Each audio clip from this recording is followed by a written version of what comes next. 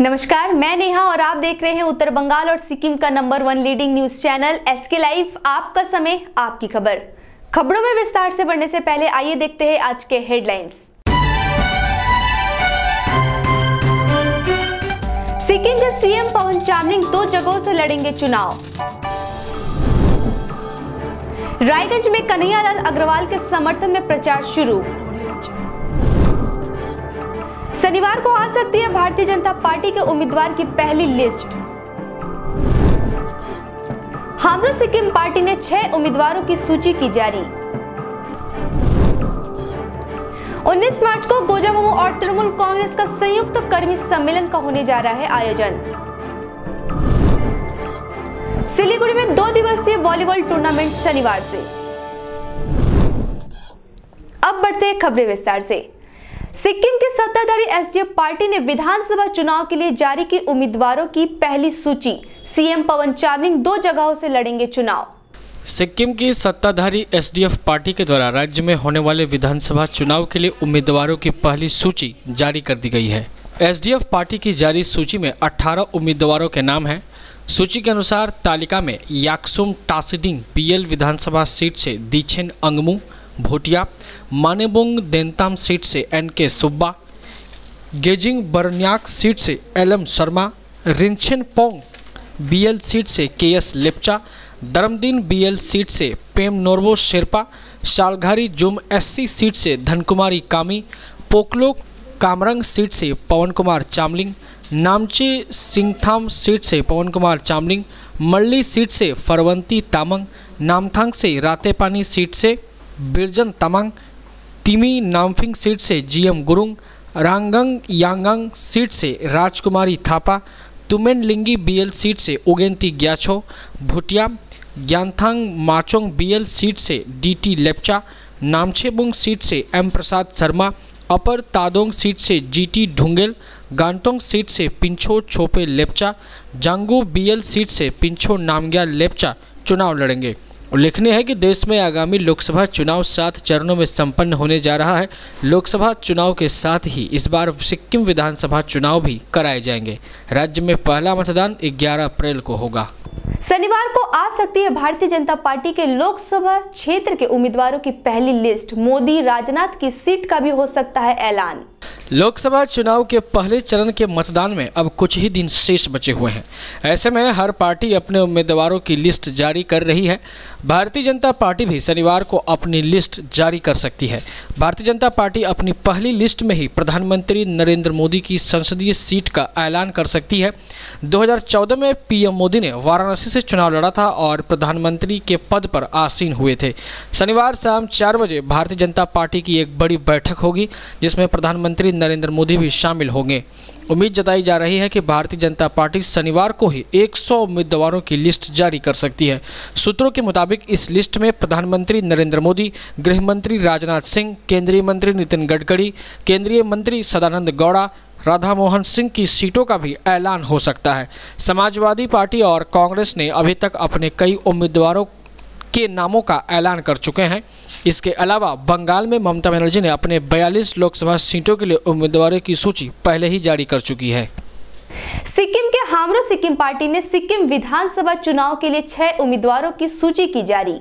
इस बारे में पत्रकारों को जानकारी देते हुए पार्टी प्रवक्ता विराज अधिकारी ने बताया कि अपर तादोंग से बिना बसनेत, यांगथांग से DS लिंबू, रंगांग यांगांग से कमला राय, पश्चिम पांडाम SC से इंद्र सूजी, नामचेबुंग से अनुस राय व जांगू से अतुप लेप्चा हैं।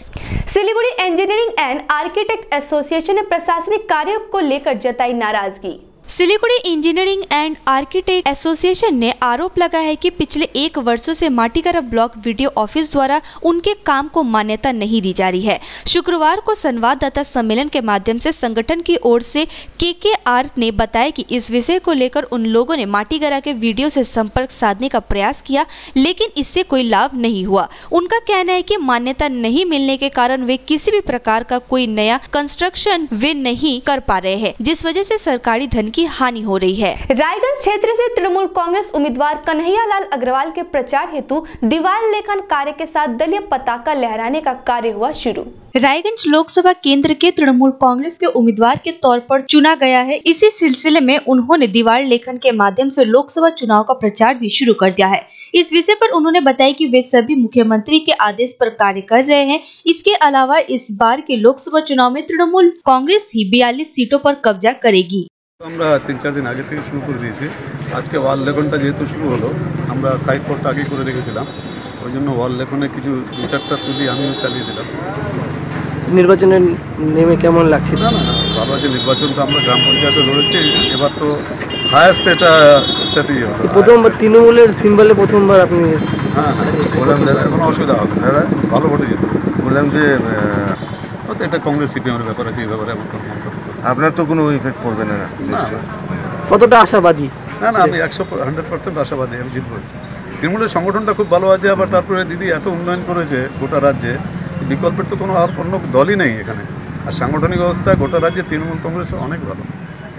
राज्य के पर्यटन मंत्री गौतम देव ने सिलीगुड़ी के महावीर स्थान स्थित लक्ष्मी नारायण मंदिर में की पूजा अर्चना। पत्रकारों से बात करते हुए उन्होंने कहा कि वे धार्मिक व्यक्ति है, वे सभी धर्मों में विश्वास करते हैं, इसलिए वे बीच बीच में सभी मंदिरों में जाकर पूजा अर्चना करते हैं। उन्होंने आज की पूजा अर्चना देश के लोगों, राज्यवासियों, अपने दल व अपने परिवार के लिए किया है। সারা রাজ্য দেশের মানুষের জন্য মঙ্গল কামনা করলাম, নিজের পরিবারের জন্য করলাম। এখানে আমি আসি, আমি বিভিন্ন ধর্মস্থানে যাই, তো সর্বধর্ম সমন্বয়ে বিশ্বাস করি, সব ধর্মস্থানে। School service commission pass voting सूची में शामिल होकर भी खाली पदों पर नियुक्ति न करने को केंद्र कर गत 2 सप्ताह से कोलकाता में चल रहे धरना प्रदर्शन में शामिल अभ्यर्थियों को समर्थन देने सिलीगुड़ी नगर निगम के मेयर अशोक भट्टाचार्य कोलकाता गए थे।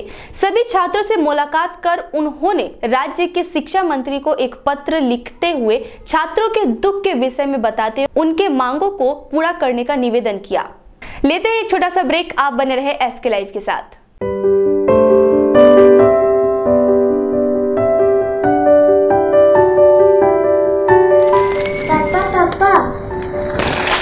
কি বলবো? জুতা ফেরি ফাটিও। के भयो रे? अस्ति मात्रै किनेको जुत्ता फेरि फटाइस्? कति किनिदिनु उसलाई त जुत्ता पनि फटाइ त हाल्छ। मैले तिमीलाई अस्ति भनेको नि डाक्टर फुटको स्कुल जुत्ता किन्देऊ भनेर, तर तिमी मानेनौ।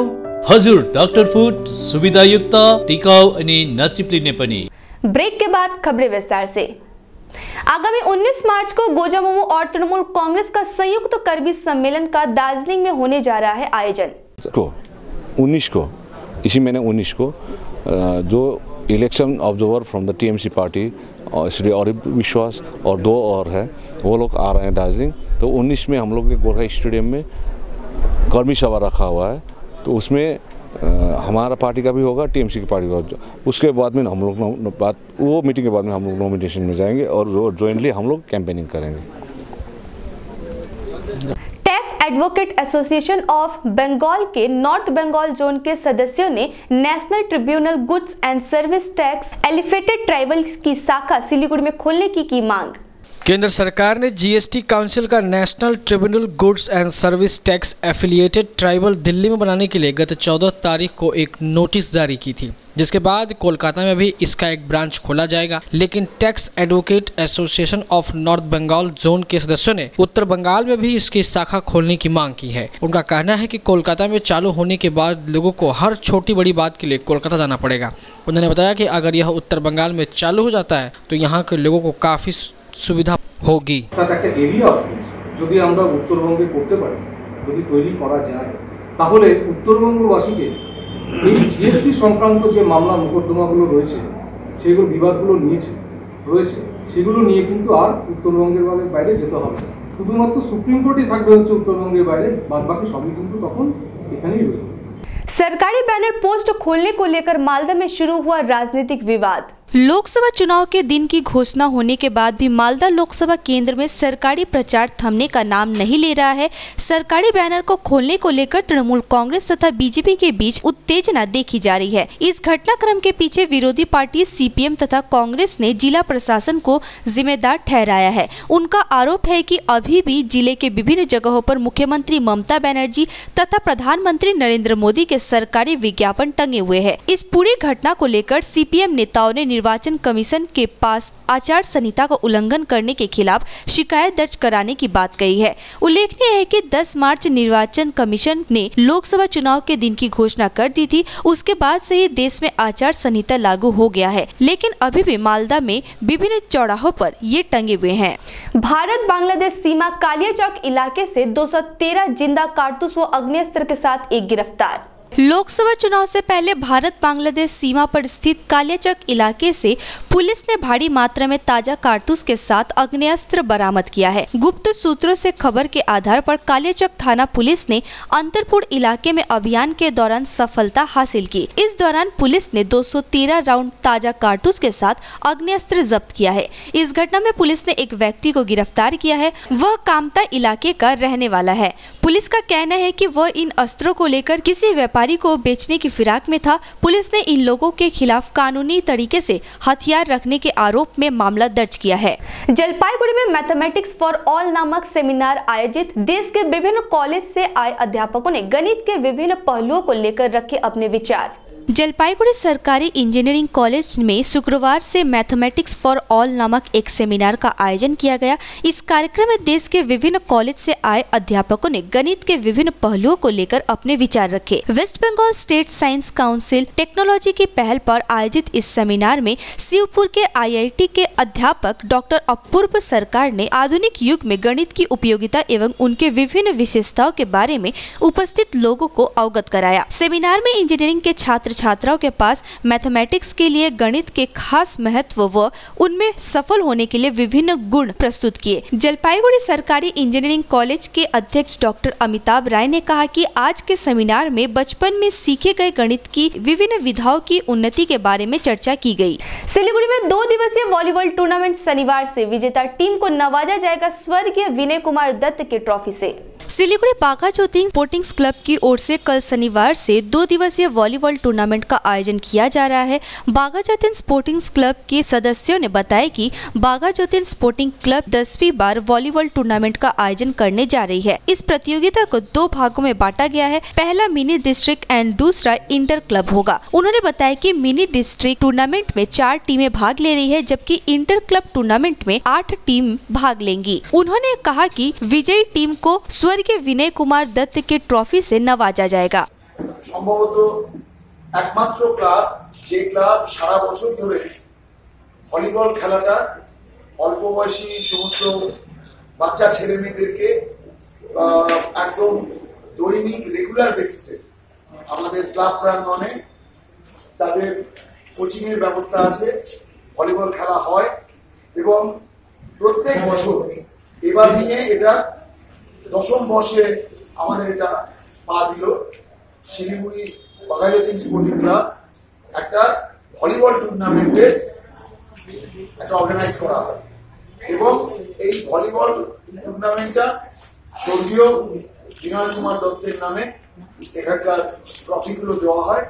अब तक के लिए इतना ही। आगे खबरों के लिए बने रहे SK लाइव के साथ। आपका समय आपकी खबर। धन्यवाद।